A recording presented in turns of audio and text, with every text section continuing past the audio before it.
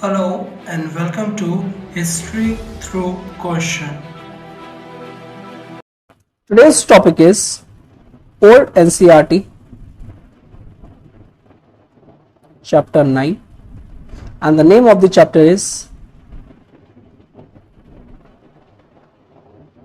India and the World. Now this is the last chapter. इससे पहले 8 chapters जो है already complete कर चुके हैं. Okay. One more thing, the lecture of this PDF is available on Telegram channel जिसका link description में है, आप जाके देख सकते हैं. तो इस लेक्चर की PDF और इससे पहले लेक्चर्स की PDF सारों का PDF अवेलेबल है टेलीग्राम चैनल पे. ओके, स्टार्ट करते हैं इस चैप्टर को.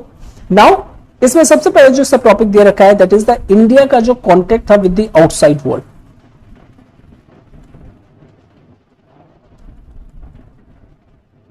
Indian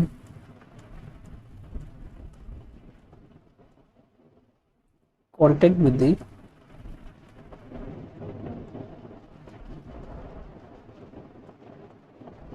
outside world. So this is the first subtopic. अगर हम 7th सेंचुरी के बाद देखें तो 7th सेंचुरी में अगर हम देखें तो हमें ये देखने को मिलता है कि जो इंडिया का कॉन्टेक्ट था, ठीक है, इंडिया का जो कॉन्टेक्ट था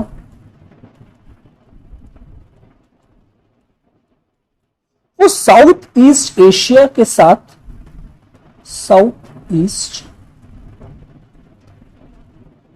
एशिया के साथ काफी अच्छा वेल एस्टैब्लिश हो चुका था, ठीक है ना, या फिर अगर हम कहें तो कंसिडरेबली ग्रो कर रहा था, ठीक है ना. अब ये जो कॉन्टेक्ट था जो साउथ ईस्ट एशिया के साथ काफी अच्छे तरीके से परफॉर्म कर रहा था, ग्रो करता था. अब इसकी बिगनिंग कहां से हुई थी? तो इस कॉन्टेक्ट की बिगनिंग हुई थी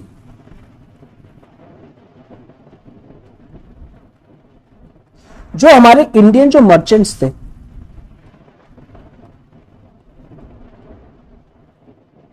जो हमारे इंडियन मर्चेंट्स थे वो क्या करते थे, वो वॉयजेस लेके जाते थे इन आइसलैंड पे, वो एक्सचेंज करने जाते थे अपना गुड्स फॉर स्पाइसेस का, ठीक है. तो इंडियन मर्चेंट्स अपनी वॉयजेस लेके जाते थे इन ऑर्डर टू एक्सचेंज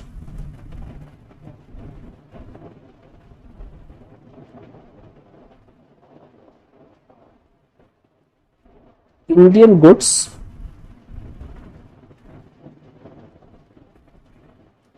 और किससे एक्सचेंज करते थे?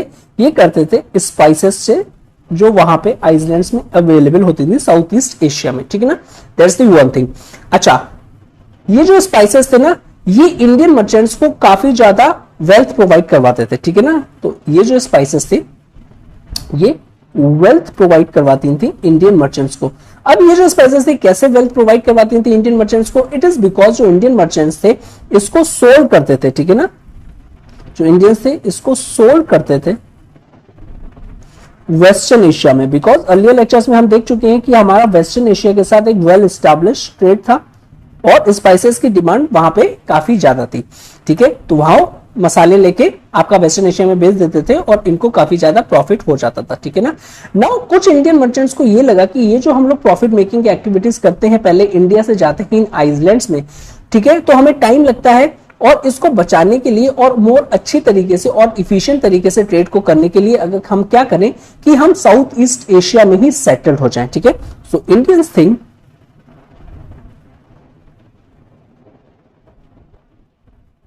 Indian merchants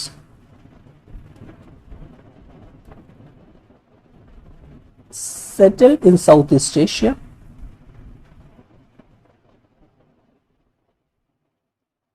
और इनका इसका ऑब्जेक्टिव क्या था कि ये इफिशिएंटली ट्रेड करवाए,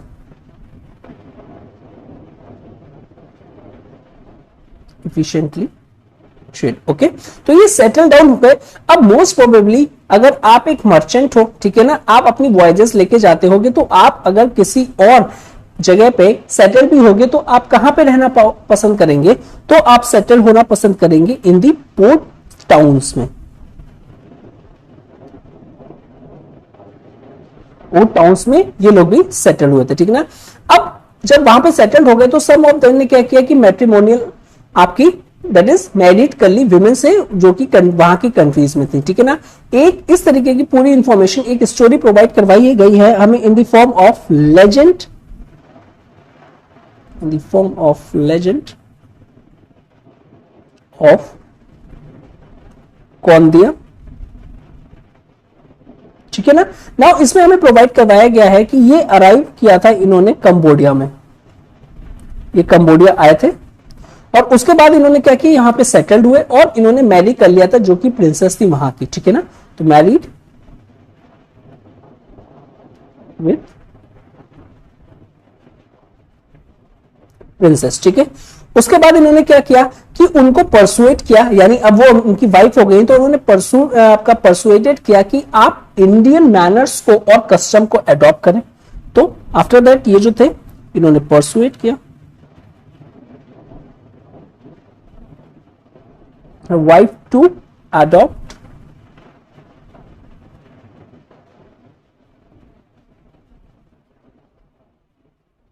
इंडियन कल्चर, ठीक है, चाहे वो मैनर्स हो चाहे वो कस्टम हो। और सून हमें ये देखने को मिलता है कि जो अदर नोबल्स थे, बिकॉज ये प्रिंसेस थी, जब प्रिंसेस अगर कोई कस्टम अडॉप्ट कर रही है या फिर कुछ अलग तरीके से कल्चर को एक्सेप्ट कर रही हैं, तो जो भी उनके नोबल्स ऑफ द लैंड होंगे वो भी उनको फॉलो करेंगे, ठीक है। नाउ इस तरीके से जो इंडियन कस्टम्स थे वो वहां पे क्या हो गए, लोकल कल्चर के साथ वहां पे उस लैंड में चले गए, ठीक है ना।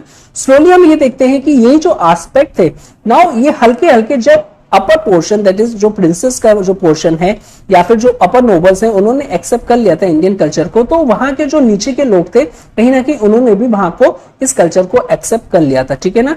But at the same time हमें यह भी देखने को मिलता है कि इररिस्पेक्टिव ऑफ आपका accepting the Indian tradition and culture, उन्होंने क्या किया था कि जो अपना ट्रेडिशन था उसको कंटिन्यू रखा था, ठीक है ना।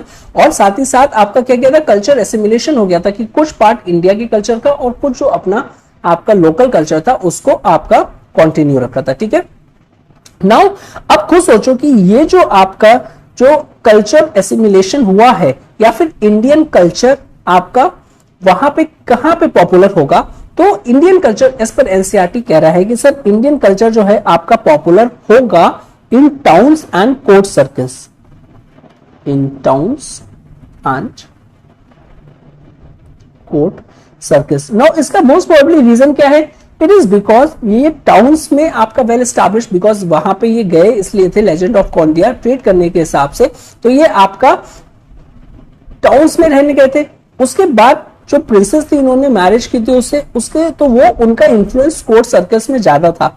तो ये एनसीईआरटी कहना चाह रही है कि आपका कि ये जो इंडियन का कल्चर था ये काफी ज्यादा पॉपुलर था आपका टाउन्स एंड कोर्ट सर्कल्स में। But at the same time अगर हम विलेजेस के बारे में देखें, ठीक है, जो वहां के विलेजेस थे वो अभी भी कंटिन्यू कर रहे थे अपना ओल्ड रिलीजन, कंटिन्यू ओन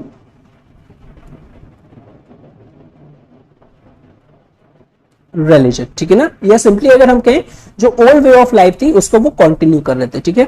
अब इंडियन जो मर्चेंट्स थे वो जाते थे वेरियस पार्ट्स ऑफ इंडिया, कोई भी एक स्पेसिफिक पार्ट नहीं था जहां से इंडियन मर्चेंट्स आपका वॉयजेस लेके इन आइलैंड्स पे जाते थे। तो नेक्स्ट है, मैं इंडियन मर्चेंट्स के लिए आई एम यूज कर रहा हूं। Indian merchants various parts of India से जाते थे,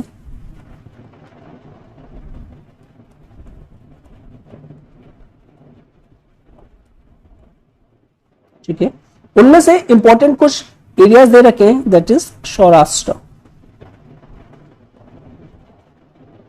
सौराष्ट्र, तमिलनाडु, ओडिशा एंड बंगाल। ये रीजन एनसीईआरटी में मेंशन दे रखे हैं कि यहां से इंडियन मर्चेंट्स आपके जाते थे, ठीक है ना।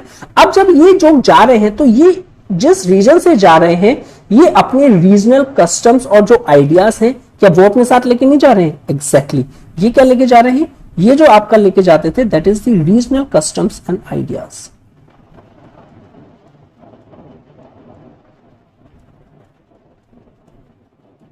They carry with them with their religious or regional customs and ideas, ठीक है ना। अगर हम देखें सौराष्ट्र है वो क्या है, वो जैनास, तो वो जैनास कस्टम्स एंड ट्रेडिशन को आपको लेके जाएंगे। दूसरे अगर हम देखें जो साउथ इंडियन के जो तमिलनाडु हैं, वो क्या था, हमने लास्ट लेक्चर में देखा था, वहां पे क्या चल रहा था, भक्ति मूवमेंट चल रहा था, और उनमें से आपके दो रिलीजन बहुत मोस्ट प्रोमिनेंट आ गए थे, दैट इज अ वैष्णवास और शैविज्म, ठीक है ना। तीसरा अगर हम ओडिशा से देखें तो ओडिशा में जो थे आपके वो बुद्धिस्ट थे, और बंगाल में भी बुद्धिस्ट थे। सो इस रीजन से जो इंडियन मर्चेंट्स जा रहे हैं वो डेफिनेटली क्या करेंगे, वो डेफिनेटली ये जो इनका रीजनल कस्टम्स और आइडियाज हैं उसको लेके जाएंगे, ठीक है ना। ओके, नाउ नेक्स्ट अगर हम देखें तो जो अर्लियर कॉन्टेक्ट्स थे हमारे विद द बर्मा, ठीक है, जो अर्लियर कॉन्टेक्ट्स थे हमारे,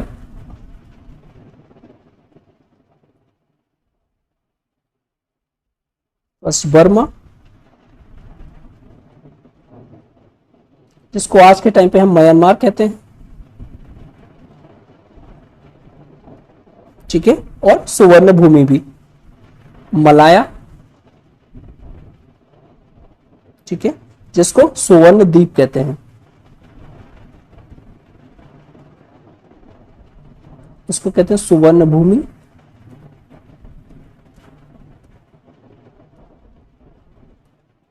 और नीचे को मलाया को सुवर्ण द्वीप कहते हैं, ठीक है ना। कंबोडिया,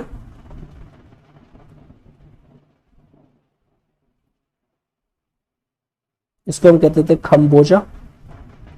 एंशियंट नेम इसलिए याद करना जरूरी है, माइट बी पॉसिबल जो एग्जाम आएगा उसमें हो सकता है इन एंशियंट्स नेम के या ओल्डर नेम्स को पूछा जाए और आप लोग कंफ्यूज हो जाएं, या सिंपली मैच द फॉलोइंग में आ जाए। तो इस तरीके से please do remember this ancient name of the modern cities as well. तो बर्मा हो गया आपका, दैट इज म्यांमार हो गया, मलाया हो गया, कंबोडिया हो गया, एंड जावा हो गया, ठीक है। उसके बाद अर्लियर कॉन्टेक्ट्स हम यहाँ पे बात कर रहे हैं कि अर्लियर कॉन्टेक्ट्स हमने यहाँ पे एस्टैब्लिश किए थे। उसके बाद यहाँ पे जो ग्रैंड टेम्पल्स जो बनते थे, ठीक है ना, अगर हम कहें कि यहाँ पे जो इस रीजन में आपके जो ग्रैंड टेम्पल्स बनते थे वो काफी ज्यादा सिमिलर थे इंडियन टेम्पल्स के, ठीक है। तो हमें यहाँ पे भी क्या मिलता है, यहाँ पे भी हमें कल्चरल आपका मिक्सिंग का एक एविडेंट मिलता है। क्या जो ग्रेट टेम्पल्स थे very much similar to Indian temples,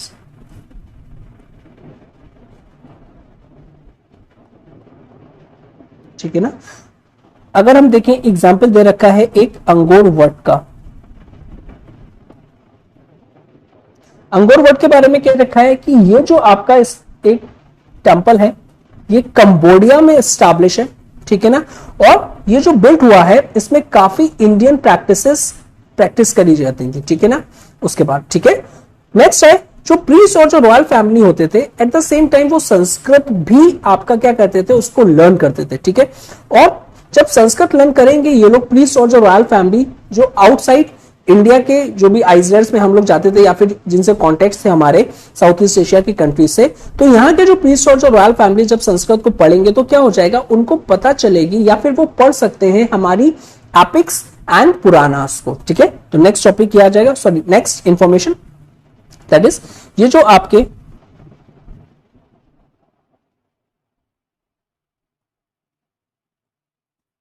outsiders Iceland के जो लोग थे अब वो क्या करने लगे थे, वहां के प्रीस्ट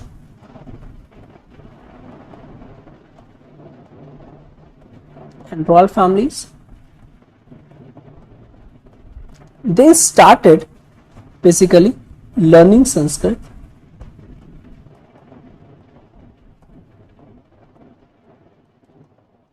अब जब वो संस्कृत लर्न कर रहे हैं और एक बार जब पढ़ना शुरू स्टार्ट कर देंगे तो वो क्या कर सकते हैं, तो बेसिकली जो भी हमारी स्टोरीज हैं, एंशिएंट स्टोरीज हैं, एपिक्स हुआ एंड पुराणास, इसके बारे में उनको पता चलेगा। तो eight the same time a new type of literature भी डेवलप हो जाएगा, बिकॉज देखो हम तो पहले ये कह रहे थे ना कि हमारा कल्चर उन लोगों के साथ मिक्स हो गया है, ठीक है। अब वो हमारी स्टोरीज को भी पढ़ रहे हैं, ठीक है, और हमारे कल्चर ने उनके कल्चर को कहीं ना कहीं इन्फ्लुएंस भी किया है। तो a new type of literature develop होगा इससे।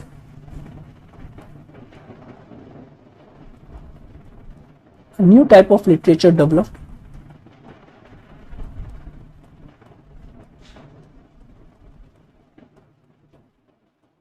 ठीक है।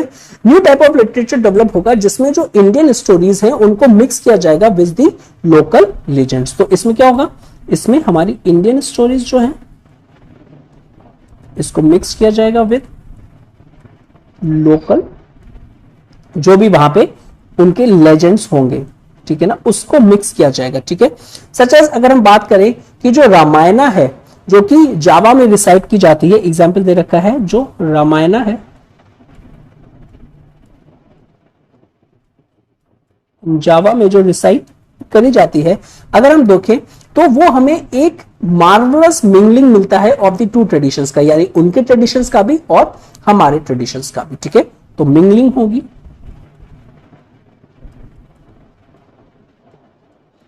ऑफ टू ट्रेडिशंस, और ये एक आपका क्लासिकल एग्जाम्पल है। नाउ इन लेटर सेंचुरीज में हम देखें जब हिंदुइज्म डिक्लाइन हुआ और जो बुद्धिज्म हुआ था वो काफी ज्यादा पॉपुलर हो गया था, ठीक है।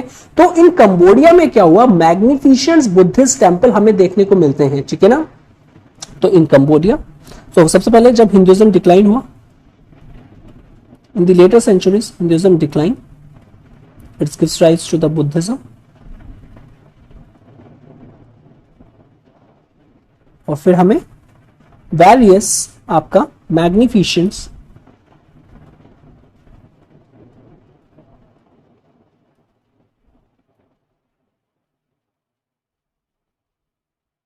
बुद्धिस्ट टेम्पल्स देखने को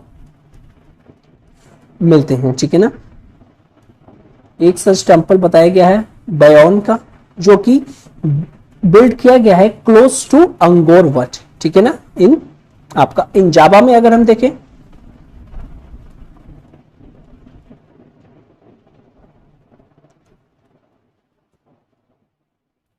जो बोरोबुदूर है ये अभी भी अगर हम देखें still remains the most impressive Buddhas temple है इस रीजन में, ठीक है ना। नाउ थाईलैंड और बर्मा के अगर हम बारे में बात करें तो उन्होंने भी एक्सेप्ट किया था बुद्धिज्म को, ओके। नाउ ये जो टेंपल्स और जो स्कल्पचर्स थे and the painting of these countries का, वो आपको हमें क्लियरली रिजेंबल करता है इंडियन बुद्धिस्ट टेंपल्स, ठीक है ना, and art. Eight the same time इनके जो डिस्टिंक्टिव एलिमेंट थे वो भी हमें प्रेजेंट मिलते हैं, ठीक है। तो इस टाइम के टेंपल्स जो स्ट्रक्चर्स होंगे, इस टाइम के जितने भी टेंपल्स बनेंगे, टेंपल्स प्लस स्कल्पचर्स प्लस आपकी जो पेंटिंग्स होंगी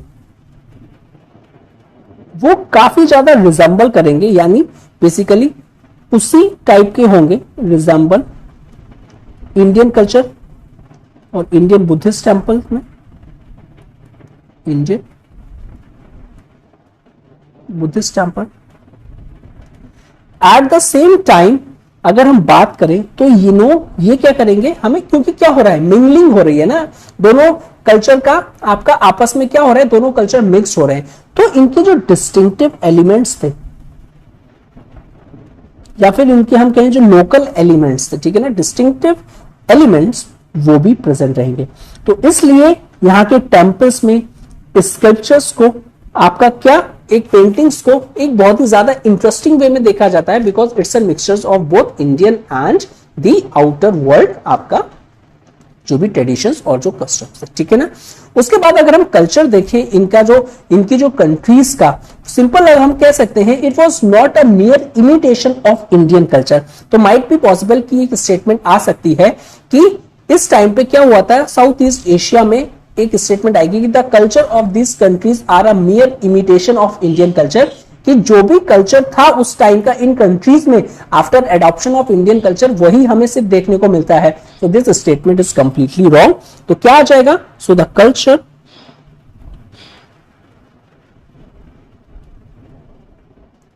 culture of these countries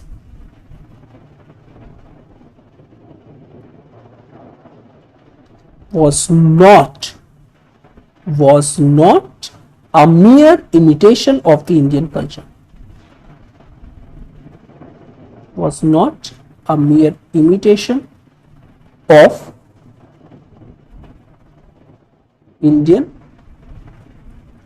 culture. Okay, ठीक है, नेक्स्ट देखते हैं। तो जो ट्रेडर्स और जो मिशनरीज थे वो ट्रैवल करते थे अदर पार्ट ऑफ एशिया में एज वेल। देखो साउथ ईस्ट एशिया तो करते थे, उसके साथ साथ अदर पार्ट्स ऑफ एशिया में भी करते थे। और उसी के लिए इस एनसीईआरटी ने प्रोवाइड करवाया है कि जो इंडिया के जो कम्युनिकेशंस थे वो चाइना के वो काफी ज्यादा क्लोज थे इस टाइम। ठीक है, सो इंडिया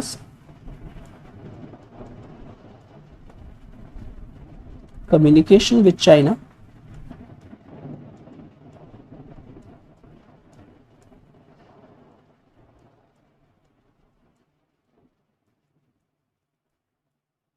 काफी क्लोज थे। ठीक है ना, और एम्बेसडर्स और मिशंस को भी एक्सचेंज किया जाता था बिटवीन बोथ कंट्रीज में। और बुद्धिज्म जो था वो एक स्ट्रॉन्ग फोर्स की तरह एक्ट करता था in China along with the central Asia. Similarly हमारे जो रिलेशंस थे विद द तिब्बत, ठीक है ना, वो भी काफी इंप्रूव्ड हुए थे। ठीक है, तो जो ट्रेडर्स और जो मिशनरीज थे वो जो ट्रैवल करते थे आपके हाई हिमालयन माउंटेन्स, वो एक काफी इंपॉर्टेंट रोल प्ले करते हैं इन कम्युनिकेशंस को और आपके रिलेशंस को एस्टैब्लिश करने में। ठीक है ना, तो इस तरीके से हम देखें ये जो ट्रेड है इसने क्या किया, it brought into a close contact with the many places. इसने इंडिया को आपका क्या कर दिया, कांटेक्ट में ला दिया विद द मैनी प्लेसेस। ठीक है, आउटसाइड इंडिया। अच्छा, जो ट्रेड रूट की अगर हम बात करें between China and western Asia, so trade route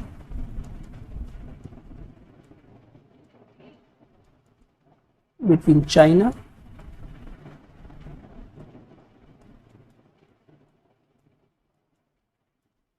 and western Asia की अगर हम बात करें तो इसको हम कहते हैं बेसिकली ओल्ड सिल्क रूट। अच्छा, जो ट्रेड जो होता था between China and western Asia ये होता था थ्रू सेंट्रल एशिया। ठीक है ना, थ्रू सेंट्रल एशिया, और इस रूट का नाम था old silk route. Old silk route. ठीक है ना, बिकॉज जो चाइनीज सिल्क थी वो एक मेन आर्टिकल्स रहता था इस ट्रेड का, और इंडियन ट्रेडर्स भी इसमें पार्ट लेते थे वो, और काफी ज्यादा वो ल्यूक्रेटिव और प्रॉफिटेबल था। ठीक है ना, eight the same next is अगर हम 7th सेंचुरी ऑनवर्ड्स देखते हैं, स्पेशली इन द एशिया में एंड नॉर्थ अफ्रीका में, तो हमें यह देखने को मिलता है स्लोली ये लोग जो new and dynamic forces emerge हुई थी अरेबिया में, ये लोग उसको विटनेस कर रहे हैं और एक्सपीरियंस कर रहे हैं। ठीक है ना, अब ये जो फोर्सेस थी, डायनेमिक फोर्सेस थी, ये अलोंग विद एशिया और नॉर्थ अफ्रीका के साथ साथ अलग पार्ट्स ऑफ वर्ल्ड में भी स्प्रेड हुआ था। ठीक है, जो कि अरेबिया से स्टार्ट हुआ था। अब ये था क्या, that is the Islam. India की बात करें तो इंडिया ने भी एक्सपीरियंस किया था राइज एंड स्प्रेड ऑफ इस्लाम को। और अगर हम ये देखें इस्लाम इंडिया में लेके कौन आए थे, वो थे अरब्स। ठीक है, next information that is the about the prophet Muhammad. Okay, now अगर हम देखें at the end of the 6th century AD, 6th century AD के एंड में एक चाइल्ड बॉर्न हुआ अरेबिया में। ठीक है ना, और who was to change not only the history of Arabia, जो कि सिर्फ और सिर्फ अरेबिया की हिस्ट्री को चेंज नहीं करेगा बट काफी अदर पार्ट्स यानी many parts of Asia and Africa की भी हिस्ट्री को चेंज करेगा। ठीक है ना, वो थे कौन, that is the Muhammad, the profit of a new religion, और वो था क्या, इस्लाम। ठीक है, मोहम्मद के बारे में बताया जाता है कि ये एक लोनली चाइल्ड थे। He was an lonely child. ठीक है ना, और इनकी अर्ली लाइफ जो हम देखें वो काफी ट्रेजेडी थी, फुल ऑफ ट्रेजेडी थी, बिकॉज इनके जो फादर थे वो मर गए थे just before he was born, और इनकी जो मदर थी died when he was quite young. तो इनको बड़ा किया इनके एक अंकल ने। ठीक है, उसके बाद अरेबिया के बारे में बताया जाता है कि उस टाइम जो अरेबिया था वो था एक इंपॉर्टेंट सेंटर ऑफ ट्रेड, एक इंपॉर्टेंट ट्रेड सेंटर था, जहां पे जो गुड्स थे वो आते थे थ्रू सी रूट से भी और लैंड रूट से भी। और 2 इंपॉर्टेंट सिटीज के बारे में बताया गया है वहां पे, that is the Mecca and Medina. 2 important cities के बारे में बताया गया है। यहां पे क्या था, यहां पे वेल्थी मर्चेंट्स रहते थे,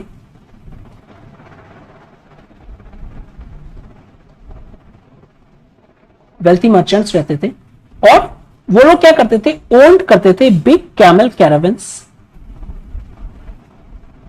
in order to transport goods from one place to another. ठीक है ना, कैरावंस वो यहां पे रहते थे।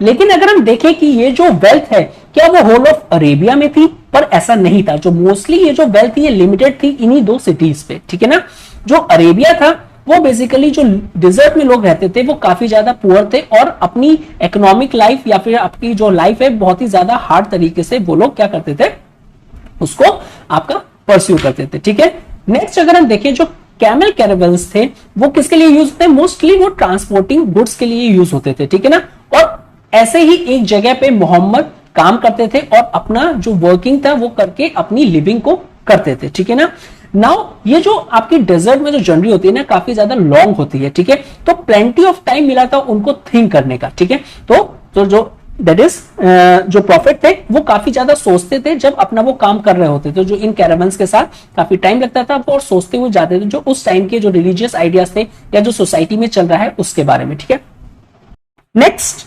पॉलिटिकल इंफॉर्मेशन प्रोवाइड करवाई गई है। ठीक है ना, अरब्स की, तो पॉलिटिकली जो अरब्स के लिए कह रहे हैं कि जो अरब्स थे वो स्प्लिट थे।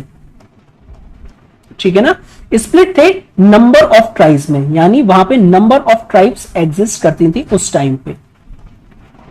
ठीक है, और ये जो ट्राइब्स थी ना ये एक दूसरे के कॉन्फ्लिक्ट में रहती थी, यानी कॉन्टिन्यूसली एक दूसरे से वॉर करती रहती थी। ठीक है, Mohammed on the other hand वो बेसिकली उन्होंने काफी सोचा, basically thought a great deal about the social life और जो रिलीजियस बिलीफ्स थे उनके पीपल के। ठीक है ना, ही फेल्ट दैट कि इन जो ट्राइब्स हैं जो आपस में लड़ रही है समहाउ इनको यूनाइटेड किया जाए सो दैट वो फाइट को स्टॉप करे और फाइनली जो होल ऑफ द अरेबिया है वो प्रॉस्परस हो और स्ट्रांग हो। तो वो क्या सोच रहे थे कि इन ट्राइब्स को कैसे यूनाइटेड किया जाए, और यूनाइटेड होने के बाद इसमें क्या हो जाएगा कि ये लोग फाइटिंग को स्टॉप कर देंगे, stop fighting,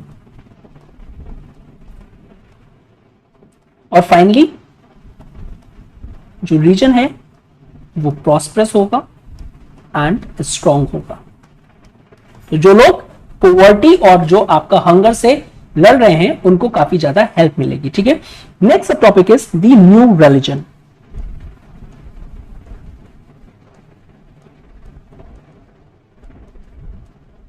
okay, now Mohammed dissatisfied थे उस टाइम के जो रिलीजियस बिलीफ्स थे।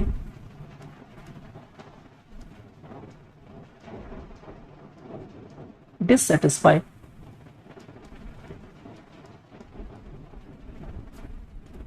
जो भी उस टाइम की रिलीजियस बिलीफ प्रिवलेंट थे सोसाइटी में, तो मोहम्मद थे डिससेटिस्फाइड क्यों थे उस टाइम के रिलीजियस बिलीफ से जो कि अरब्स में चल रहा था।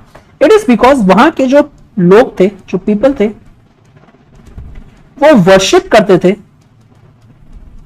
वेरियस गॉड्स को। So they worship various gods. At the same time वो क्या करते थे, वो आइडल्स वर्शिप भी करते थे जो कि स्टोन्स की बनी हुई होती थी। ठीक है ना, और जो मोहम्मद थे वो डिससेटिस्फाइड है। जो मोहम्मद थे वो कहीं ना कहीं उनके आइडियाज, दैट इज जो ज्यूस और क्रिश्चियंस के जो आइडियाज थे उनसे आपका क्या करते थे, उनको सपोर्ट करते थे। इट इज बिकॉज जो जूस और जो क्रिश्चियंस है वो आपका एडवोकेट करते थे that there is only one God, सिर्फ एक भगवान है एंड नॉट मेनी गॉड्स, जो कि प्रैक्टिसेस उस टाइम के लिए चल रही थी। तो जो मोहम्मद थे उन्होंने इन जो आइडियाज थे उस टाइम के जो प्रिवलेंट रिलीजियस आइडियाज थे वो काफी ज्यादा उनके बारे में सोचा and he finally felt that कि जो गॉड है उन्होंने प्रॉफिट यानी उनको अपॉइंट किया है, appointed him to carry God's message, to carry his message, जो कि वो लोगों तक ले जाए। ठीक है ना, ओके। जो मोहम्मद थे वो कहते थे there is only one God और वो अल्लाह है। जो इस आइडियोलॉजी में बिलीव करते थे उनको कहा गया मुस्लिम्स, और इस रिलीजन को कहा गया इस्लाम। ठीक है, अगर हम कुरान के अकॉर्डिंग में देखें तो अकॉर्डिंग टू कुरान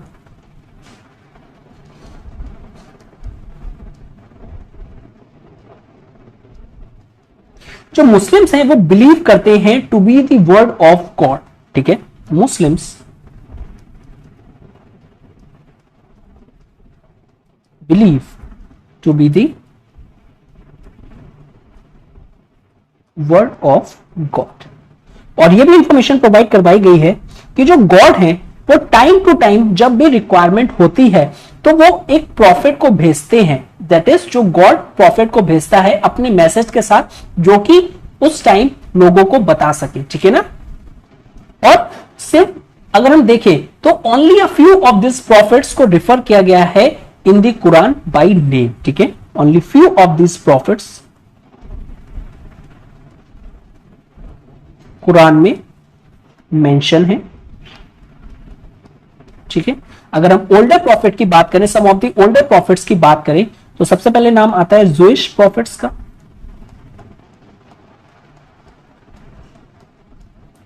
जिनका नाम है अब्राहम,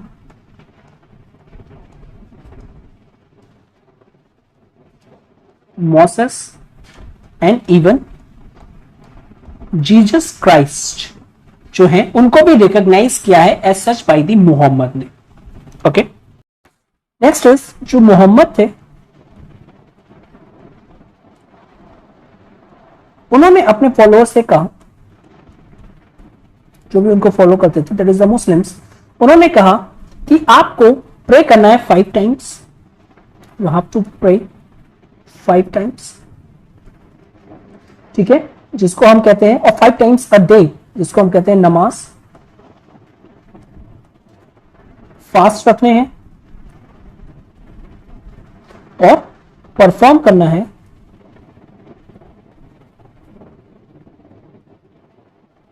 पिलग्रिमेज टू मक्का। और इन्होंने अपने फॉलोअर्स से यह भी कहा कि जितने ज्यादा से ज्यादा आप चैरिटी कर सकते हैं उतना करिए। ठीक है, तो he asks his followers to do these things. Okay, at the same times उन्होंने certain rules भी बनाए। ठीक है ना, so Muhammad also made certain rules which was expected to be followed by his rulers, और जिनको भी रूलर्स हैं उनको फॉलो करना है। ठीक है ना, और simply they could live with these rules. ठीक है, एट द सेम टाइम उन्होंने इंसिस्ट किया कि जो एवरीवन, जितने लोग सोसाइटी में हैं, एवरीवन वाज इक्वल, कि सब इक्वल है, there is no distinction as such. ठीक है ना, और ये जो इक्वल है in the eyes of God, God's की आईज में ये सब लोग इक्वल है। ठीक है ना, that is why it was asked कि ये कहा जाता है कि जो मुस्लिम्स हैं was not used to accept the ideas of class और कास्ट, कि मुस्लिम्स को किसी भी कंडीशन में जो आइडिया है क्लास और कास्ट का जो उस टाइम प्रिवेलेंट था उसको एक्सेप्ट नहीं करना है। ठीक है, मुस्लिम्स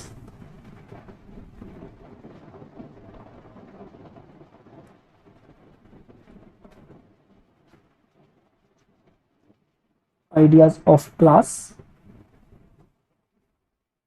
and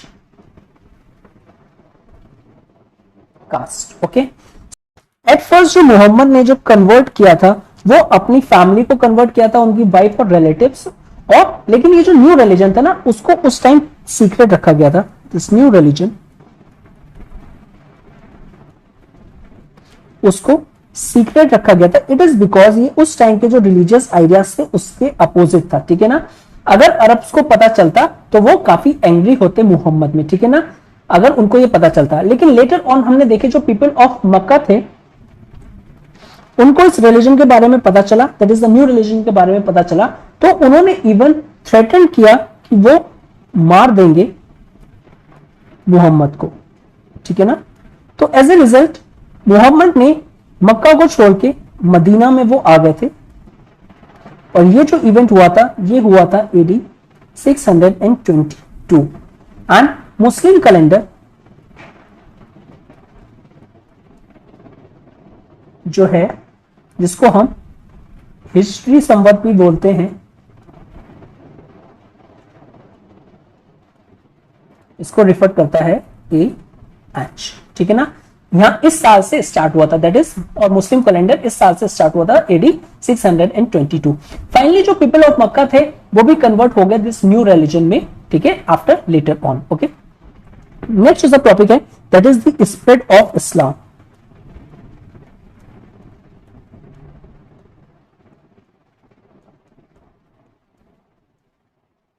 ओके, सो अगर हम देखें इस्लाम का जो स्प्रेड था बहुत ही रैपिड था, बहुत ही जल्दी से और बहुत ही फास्ट पेस से उसका स्प्रेड हो रहा था, ठीक है ना। जैसे ही मोहम्मद की डेथ हुई थी इन दी AD 632, ठीक है। अच्छा, विद इन अ सेंचुरी, उसकी सेंचुरी के बाद जो अरब्स आदमी थे उन्होंने कॉन्कर कर लिया था काफी लार्ज एरिया, ठीक है। तो अरब्स विद इन सेंचुरी यानी विद इन 100 ईयर्स उन्होंने कॉन्कर किया था लार्ज एरिया।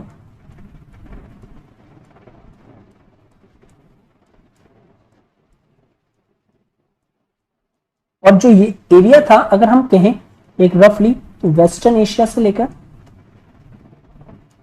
और वेस्टर्न एशिया राइट में अक्रॉस नदर्न अफ्रीका,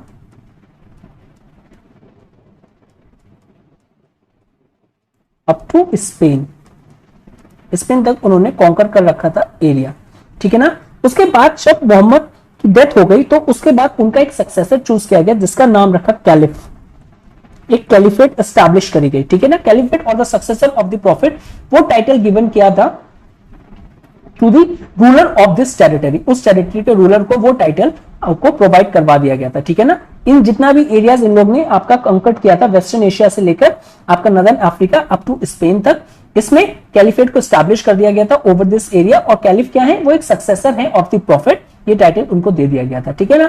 अब जो अरब डोमिनियन अगर हम देखें तो काफी ज्यादा वास्ट था और अरब्स ना अब एक तरीके का एक्ट कर रहे थे एज अ ब्रिज, ठीक है। Now Arabs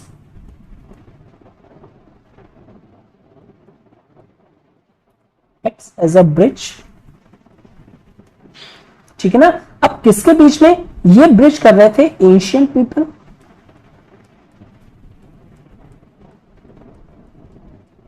and culture of west Asia,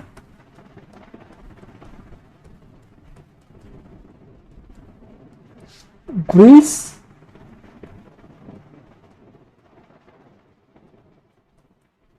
and culture of Europe. और इसी टाइम पे अगर हम देखें जो इंडिया भी था ना, वो भी इस इंफ्लुएंस को विटनेस करता है, एक्सपीरियंस करता है, जहां जो इस्लाम इंडिया में कौन लेके आए थे, दैट इज द अरब्स, ठीक है।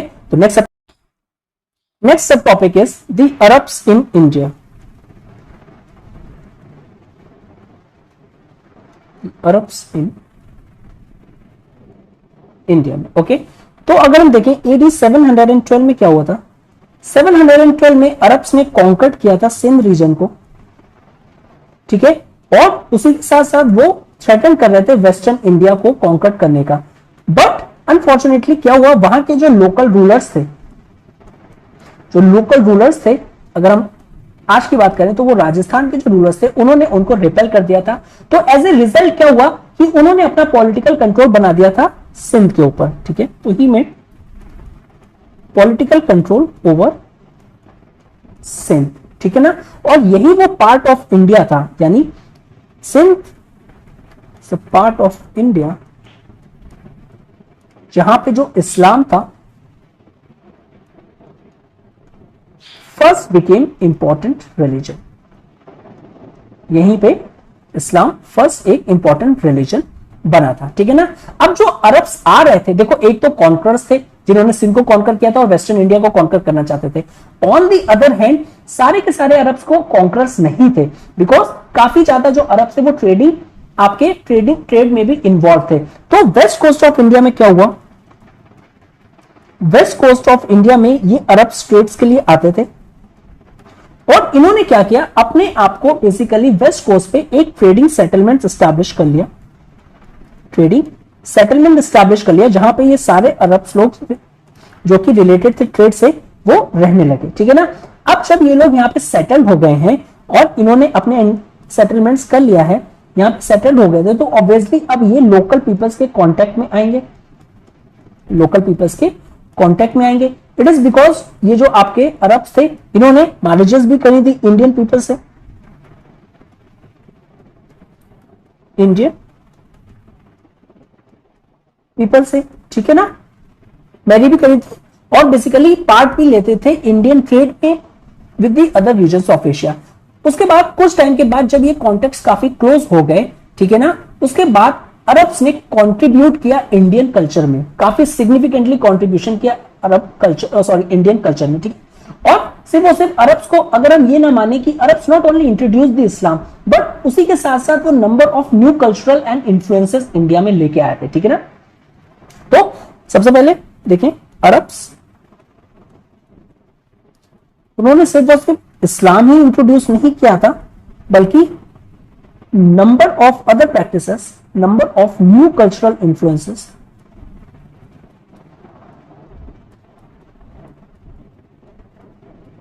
इन्फ्लुएंसेस लेके आए थे इंडिया में, ठीक है ना, जो कि ग्रो करी और डेवलप करी इन दी लेटर सेंचुरीज, आने वाले टाइम में सेंचुरीज में और ज्यादा ये जो आपकी प्रैक्टिसेस थी, न्यू कल्चरल इन्फ्लुएंसेस थे, वो काफी और डेवलप हुए और ग्रो हुए with the passage of time, ठीक है ना। तो अगर हम एक तरीके से देखें, जितने भी लास्ट लेक्चर्स हमने जो पढ़े थे, हम एक बहुत ही एक सेंटेंस में उसको समराइज कर सकते हैं कि ऑन दी वन साइड जो इंडिया था वो एक्सपोर्ट कर रहा था अपना कल्चर, ठीक है ना, चाहे वो साउथ ईस्ट एशिया हो या फिर इवन वेस्ट एशिया, बुद्धिज्म हो गया आपका, और आपका क्या हो जाएगा शैविज्म एंड वैश्विज्म, इस तरीके के जो कल्चर था उसको स्प्रेड कर रहा था। On the other hide it was importing a new culture, ठीक है, जो कि अरब्स ने इंट्रोड्यूस किया था इंडिया में। तो ये कितनी इंपॉर्टेंट स्टेटमेंट हो जाती है कि on the one side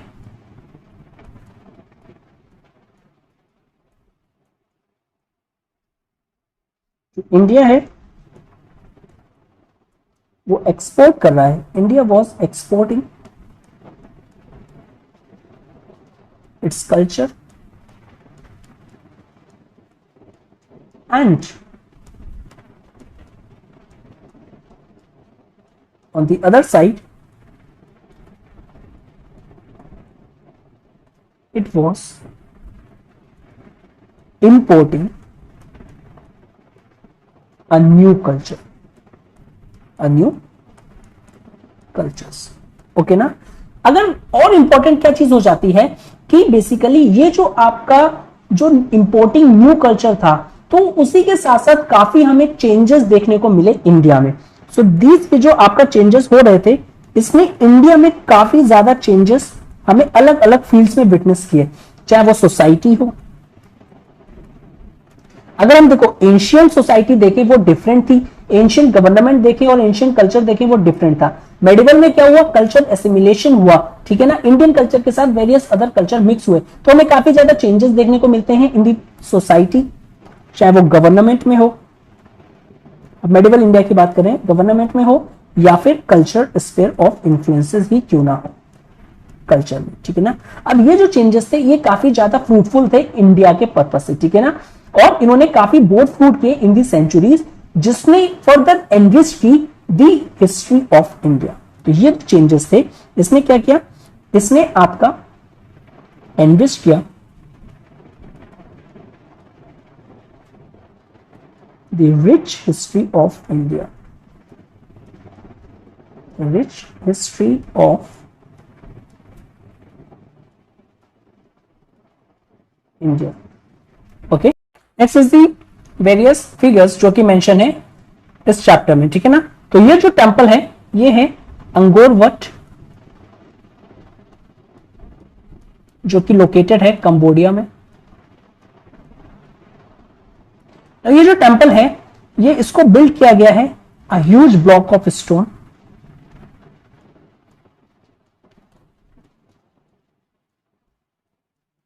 huge block of stone पे, ठीक है, और इसको कंसिडर किया जाता है one of the greatest religious monuments, one of the greatest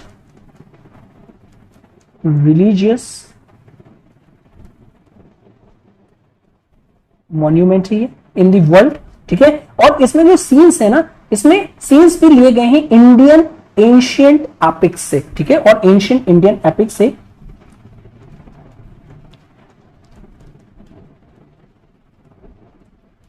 epic से वेरियस सीन्स लिए गए हैं, इट इज रामायणा से एंड महाभारत से, ठीक है ना। बेसिकली वो डिपिक्ट है इसके रिलीफ पैनल्स पे इस टेंपल पे। नेक्स्ट इमेज दे रखी है, दैट इज एक जनरल व्यू दे रखा है ऑफ द टेंपल ऑफ बोरोबुदर, जो कि लोकेटेड है जावा में, इंडोनेशिया में, ठीक है। ये भी one of the greatest monuments है इन द वर्ल्ड। इसको बिल्ड किया गया था 8th and 9th century during Shailendra dynasty, during Shailendra dynasty इसको बिल्ड किया गया था। नेक्स्ट इंफॉर्मेशन है, ये आपकी है एक जाइगेंटिक रॉक कट स्टैचू है ऑफ द बुद्धा, जो हमें मिलता है बमियान में। Rock cut Buddha statue Bamiyan Afghanistan में ये लोकेटेड है, ठीक है ना। अब ये जो बुद्धा है, इसको इनमें एक जो इनमें ड्रापरी पहने हुए हैं, ये रोमन ड्रापरी पहने हुए हैं और ये टू डिफरेंट पोस्चर में है, जो कि एक यूनिक एग्जाम्पल हो जाता है कॉन्फ्लुएंस ऑफ द गुप्ता, ठीक है। जो आपका स्टाइल है इसका स्कल्पचर का, उसमें आ जाएगा आपके Gupta element,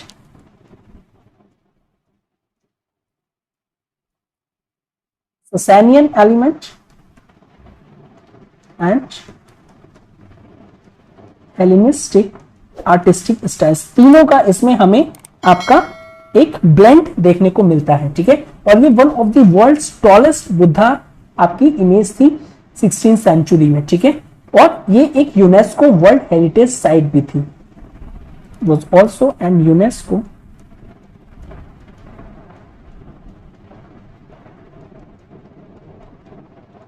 world heritage site.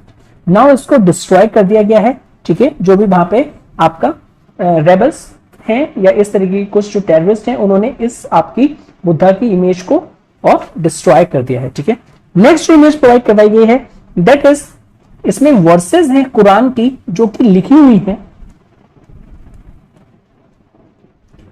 Kufic script, Kufic script. Now ये एक इंपॉर्टेंट आ जाता है, यहां पे क्वेश्चन बन जाता है कैसे कि ये जो कुफिक स्क्रिप्ट है, इसको दे देंगे ये किससे रिलेटेड है, ठीक है ना। वेरियस ऑप्शंस दे देंगे आप, तो you have to find out the correct one. और ये किससे रिलेटेड है, ये आपकी कुरान की स्क्रिप्ट है, तो ये इस्लाम रिलीजन से रिलेटेड है। Okay, so with this